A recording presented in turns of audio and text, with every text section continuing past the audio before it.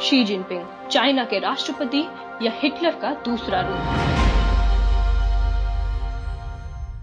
20वीं शताब्दी के Adolf Hitler ने अपनी ताकत से पूरी दुनिया को अपनी मुट्ठी में कर लिया और दूसरे विश्व युद्ध का डंका बजा के इतिहास लिख दिया।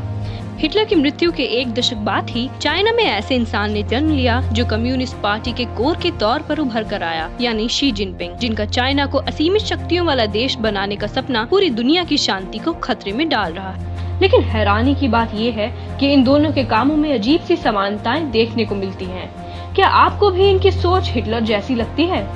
इससे पहले कि हम आपको इनके बारे में बताएं, आपने हमारे चैनल को सब्सक्राइब नहीं किया है तो जरूर करें और बेल आइकॉन को दबाना ना भूलें। 1929 से 32 के बीच जब जर्मनी ग्रेट डिप्रेशन से गुजर रहा था, तो एक ऐसा इंसान सामने आया जिसने सबको इस काल से निकालने का वादा किया।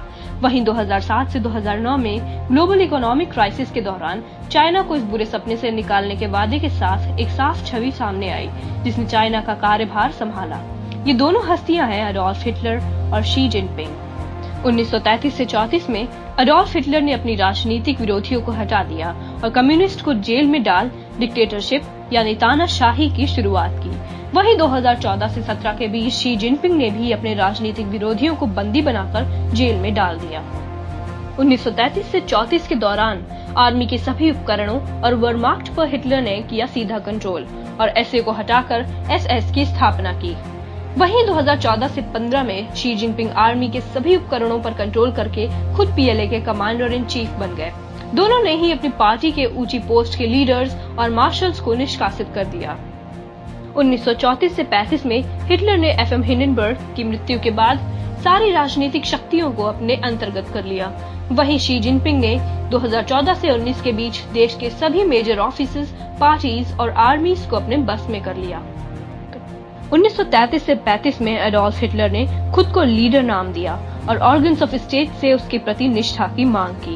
इधर 2016 से 18 के बीच शी जिनपिंग ने भी अपने आप को पार्टी का कोर बताया और सभी पार्टी से अपनी पार्टी के प्रति निष्ठावान रहने का आदेश दिया।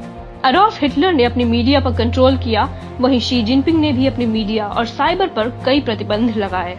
1933 से हिटलर ने युद्ध की तैयारियां शुरू की, वर्माक्ट को फिर से तैयार किया और नेवी और एयरफोर्स को फिर से बनाना शुरू किया। परिणाम स्वरूप ब्रिटेन को ओवर पावर कर लिया गया। 2013 से शी जिनपिंग ने भी नए weapon system, military building programs और नई ब्रांचेस का भी उद्घाटन किया। कहा जा रहा है कि चाइना 2030 तक अमेरिका को भी ओवर पावर कर लेगा। 1935 में हिटलर ने अपनी आर्मी के साथ सारलैंड और राइनलैंड पर कब्जा किया, जिसे उसने पहले छोड़ देने का वादा किया था। वहीं 2015 में शी जिनपिंग ने भी स्प्रैटली आइलैंड्स पर कब्जा करना शुरू किया, जिससे पहले उसने यूएसए के प्रेसिडेंट से साफ कहा था कि वे ऐसा कुछ नहीं करेंगे। 2020 में भी शी जिनपिंग ने हांगकांग के लिए नया नेशनल सिक्योरिटी लॉ बनाया, जो कि उनके साइनो ब्रिटिश एग्रीमेंट को बाईपास करता है। यहाँ भी पूरा विश्व बस चाइना के फैसलों को हाथ पर हाथ धरकर देखता रहा। 1938 में हिटलर ने जर्मनी में ऑस्ट्रिया को मिला लिया। वहीं 2019 में चाइना भी ताइवान से दोबारा मिला दिया गया।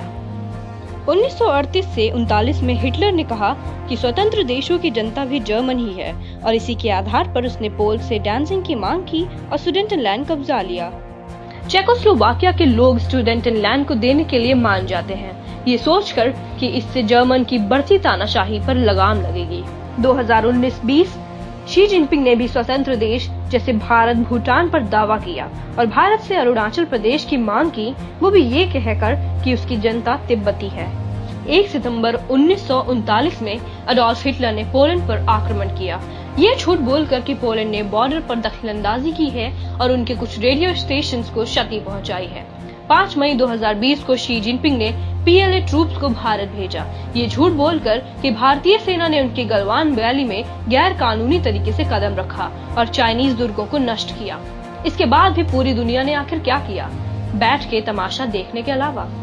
तो अब शी जिनपिंग को राष्ट्रपति कहा जाए या तानाशाह या हिटलर का दूसरा रूप।